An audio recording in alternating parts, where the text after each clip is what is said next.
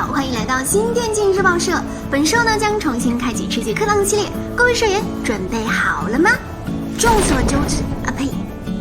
周知，从军事基地出来呢有两条路线，分别是东边的桥头和西边的桥头。不过呢，相较于西边的桥头，东桥头这里呢就要冷清的多啦。这里呢虽然旁边就是 M 城，但是桥头附近并没有什么建筑在内，也没有很好的架点。那从这里过桥的玩家呢，并不会比西桥头的少，毕竟呢这里更加安全嘛。今天我们就来好好的了解一下这一片区域。首先呢是农场，农场呢也算是一个中型的野区了，建筑分布的相对来说是比较散的，修起来的时候呢还是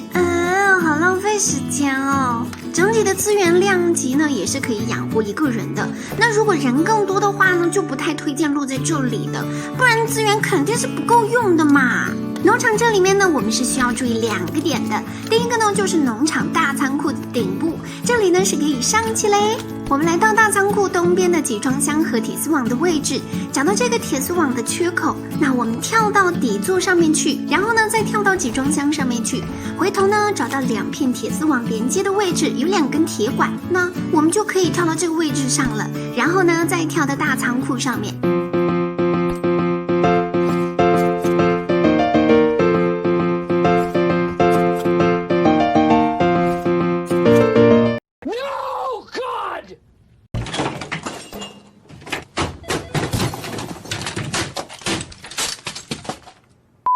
从大仓库上面还可以跳到西边的漏洞里面哦。第二个位置呢就是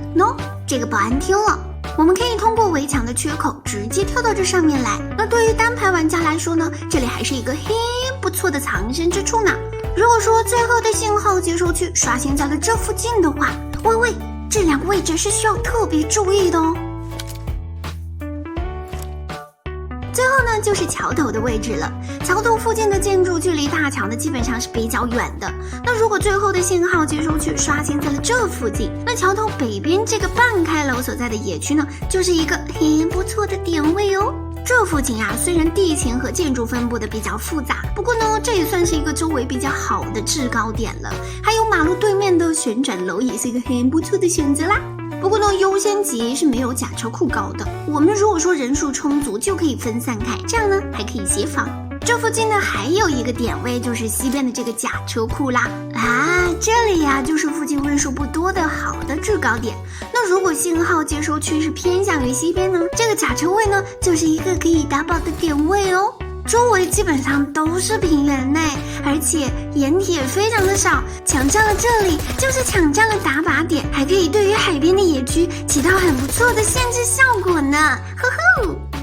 最后需要提醒大家的是，农场和东边桥头这附近的一片区域，厕所特别的多，是很容易藏人的，特别是单人模式的情况之下，一定要小心这些野区里面的厕所。嘿嘿，好了，本期节目就到这里，我们下期节目再见啦，乖乖下课。